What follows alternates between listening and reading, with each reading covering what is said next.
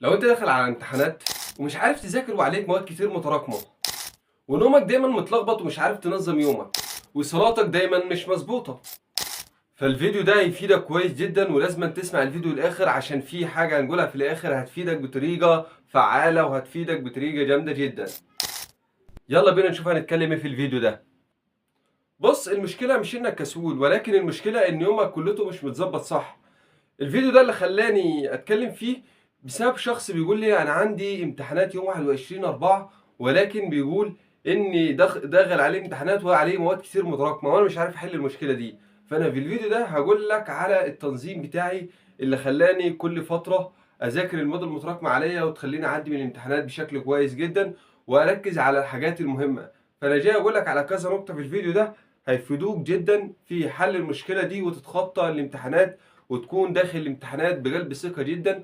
وفي بلاي ليست في القناة بتاعتي بيتكلم انك تخش ازاي الامتحانات بطريقة كويسة، وازاي يكون عندك مايند سيت كويس وانت داخل الامتحانات وما تحاولش توتر نفسك. لو كده بسمع البلاي ليست دي بعد ما تسمع الفيديو ده. فالنهارده انا جاي اكلمك عن ازاي تحل مشكلة المتراكمات وازاي تنظم يومك بشكل منظم ويكون شكل كويس في يومك. يلا بينا نشوف الخطوات اللي هنمشي عليها واحدة واحدة. دايما في الفترة دي حاول تقسم يومك إلى فترات، ما تحاولش تاخد فترة كبيرة في يومك إنك تذاكر فيها. إزاي؟ أنت عليك مواد، ما تقولش إن أنا هذاكر عشان هو عليها مواد متراكمة، ما تقولش إن أنا هذاكر في اليوم ده 6 ساعات ورا بعض. دي أنت كده بتدمر دماغك، أنت كده بتضغط على دماغك وفي الآخر هو ما بيستفادش إلا غير بتلت ساعة أو بنص ساعة. فأنت حاول تذاكر وتقسم يومك على قد ما تقدر. في الفترة دي حاول تقسم يومك على طريقة البومودورو أو ما يعرف إنك بتقسم ربع ساعة مذاكرة وتقعد 5 دقايق أو 25 دقيقة و5 دقايق. ولو أنت شخص عندك الفوكس بيبقى عالي وتعرف تركز لفترة طويلة ممكن تقعد ل45 دقيقة وتاخد 10 دقايق راحة. فالمعادلة دي بتظبط لك طريقة المذاكرة وتخليك تحفظ أو تذاكر كمية كبيرة وتفهم الحوار ماشي إزاي. وحاول دايما تخلي اليوم متنظم زي ما أنا ما قلت لك إنك تقسم وقتك كل شوية تذاكر حاجة معينة، يعني كل 45 دقيقة أو 25 دقيقة أو نص ساعة تذاكر جزء معين. ما تحاولش تقول أنا هقعد 6 ساعات على المكتب وهخلص كل اللي ورايا عشان أنا عليا مواد متراكمة، ولكن كده أنت بتضغط نفسك وفي الأول وفي الآخر ما بتشوفش أي حل للحوار. ليه؟ لأن أنت دلوقتي بتدي دماغك عامل زي اللي بينفخ في بالونة مخرومة، أنت عمال تنفخ على الفاضي وبتسرب من اليمة التانية. فأنت لازم تدي وقت معين للمذاكرة في الحاجة دي وتدي دماغك أو فوكس، تعمل فوكس في الحاجة دي تخلصها، وبعد كده تقعد 10 دقايق. ولكن ال10 دقايق دول او ال5 دقايق دول يكونوا بدون تشتت، تكون انت قاعد في مكان هادي تعمل عصف ذهني لمخك، اللي هو انت خلاص انا دي وقت الراحة، انا مش هركز في حاجة تانية. فانت لازم تعمل النقطة دي، لازم ال5 دقايق او ال10 دقايق ما تحاولش تشتت نفسك. وفي الفترة دي احنا هنتكلم برضو على حوار الموبايل. ما تحاولش تمسك الموبايل في الوقت ده، لان الوقت ده انت داخل على امتحانات والدنيا بايظه معاك، فانت لازم تركز في النقطه دي.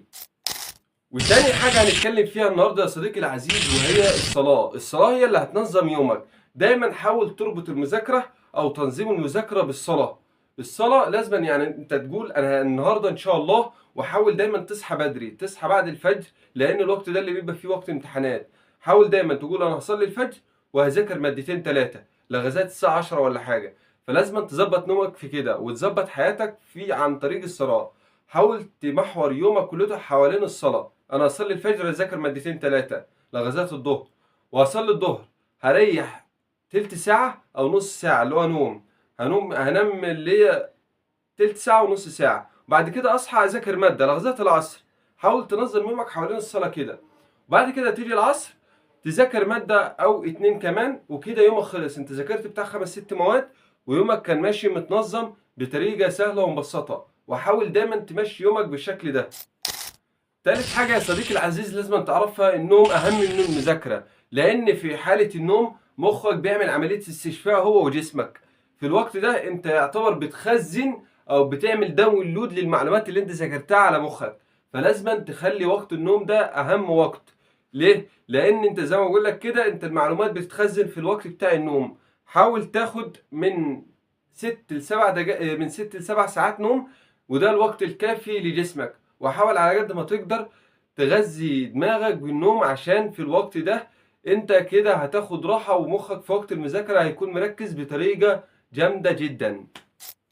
ورابع خطوة يا صديقي العزيز اللي احنا جايين نتكلم عليها وهي الموبايل. ما تحاولش تفتح الموبايل قبل المذاكرة، لان في الحالة دي مخك هيتشتت، ومخك هيلف في حوالي، او مخك هيلف في مصادر كتير. وفي الوقت ده انت لو ركزت على الموبايل، الوقت ده هيخليك تضيع الفترة القصيرة اللي فاضلة هي كمان، وتفضل تقول هسوف، وتفضل تسوف، وتفضل تقول هذاكر بكرة وبعده. فانت لازم تهدى كده يا صاحبي، وتمسك التليفون في وقت الفترة اللي هي فاضلة دي، اللي هي ال10 ايام دي. تلجح التليفون في اي حتة، تديه لوالدك او لوالدتك تعينوا معاها الفترة دي. ولازم تخلي معاك ساعة عشان تعرف الوقت ماشي ازاي، عشان تعرف برضو اوقات الصلاة وكده، وتحاول تفضي نفسك للصلاة والحاجات دي. ولكن قبل ما تذاكر حاول تتوضى وتصلي ركعتين، وتستهدى بالله كده لو هتقرا لك وجه من القرآن.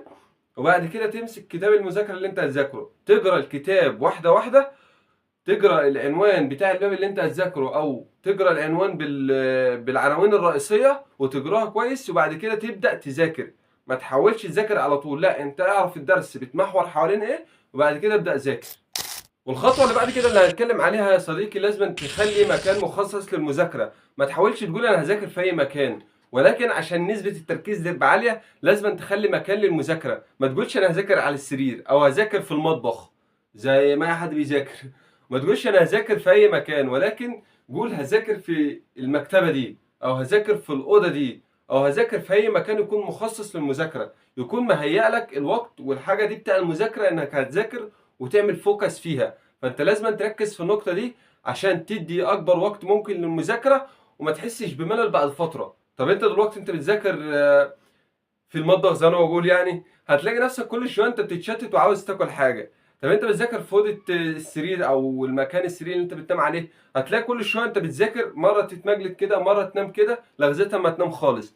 ولو دلوقتي بتذاكر في مكان فيه شاشه او تلفزيون او اي حاجه، هتلاقي نفسك بتتشتت، انت مش مركز. دي مش مكان المذاكره. ولكن انت لو حاطط مكان للمذاكره مخصص، انت بتلاقي نفسك بتعمل فوكس عشان تخلص المهمه اللي عليك.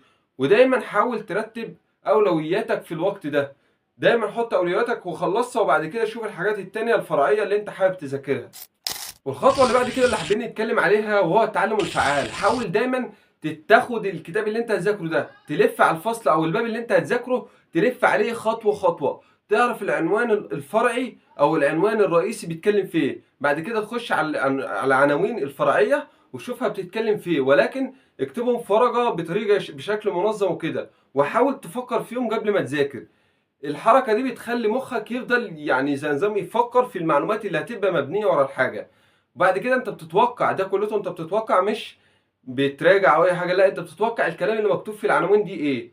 وبعد كده بتخش تمسك الدرس، تمسك كل عنوان رئيسي تذاكره كويس. وبعد ما تخلص مذاكره كويس، تقفل الصفحه دي او تقفل على العنوان الرئيسي، وتحاول تسأل نفسك هو انا استفدت ايه من العنوان الرئيسي بتاع الجمله دي.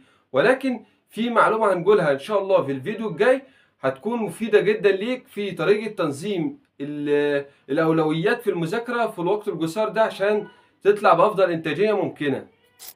والخطوه اللي بعد كده يا صديقي العزيز، لازم تفهم كل معاني الحاجات اللي انت بتذاكرها، ولكن مش بشكل عام، ولكن بشكل خاص. دايما حاول تذاكر الحاجه اللي انت بتذاكرها دي، حاول تفهم المعاني او اكتر المعاني اللي فيها، وتشوف الحاجات اللي انت هتستفيد منها، عشان وقت ما يجي في الامتحانات تكون انت فاهم بتحل ايه، مش بتنقل وخلاص. ما تبقاش بصمجي. احنا عاوزين الحاجات اللي احنا بنذاكرها دي تفيدنا بعد كده، حتى مش عشان الامتحانات بس، ولكن احنا عاوزين تفيدنا بعد كده.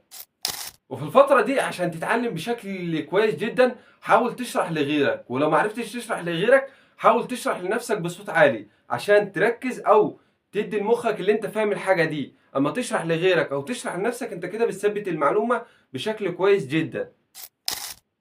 والنقطة المهمة اللي انا جاي اتكلم بقى عليها في اخر حاجة، هو قلة التواصل على مواقع التواصل الاجتماعي. ما تحاولش تدخل نفسك في حاجات ما تخصكش في الفترة دي. حاول على قد ما تقدر تكون مركز على الحاجة اللي انت بتذاكرها عشان تخش الامتحانات تحل اكبر قدر ممكن. ودي تجربة حياتي بالكامل. وانا شخص ما كنتش بذاكر كويس بالطريقة الكويسة، ولكن لما دخلت الجامعة الحمد لله بحاول اذاكر بافضل طريقة ممكنة. ولكن في مواد وحاجات تانية انا بذاكرها مش لازم أن تكون تخص المعهد بس، ولكن بذاكرها بطريقة فعالة جدا، وهي بنفس الطريقة اللي أنا قلت لك عليها دي. وبكده أنا خلصت الفيديو. والهدية اللي كنت مكلمك عليها، وهي ان شاء الله الفيديو الجاي هيكون بتكلم على قانون باريتو، قانون هايزنهاور اللي هو بيتكلموا على المصفوفات، وازاي تنظم بقى تاخد الاولوية وتذاكر في اقل وقت ممكن. وان شاء الله لو لقيت فيه تفاعل على الفيديو ده ان شاء الله هنزل الفيديو التاني في اقرب وقت ممكن. ولو عجبك الفيديو ما تنساش تعمل سبسكرايب للقناة عشان يوصلك كل جديد مننا. سلام.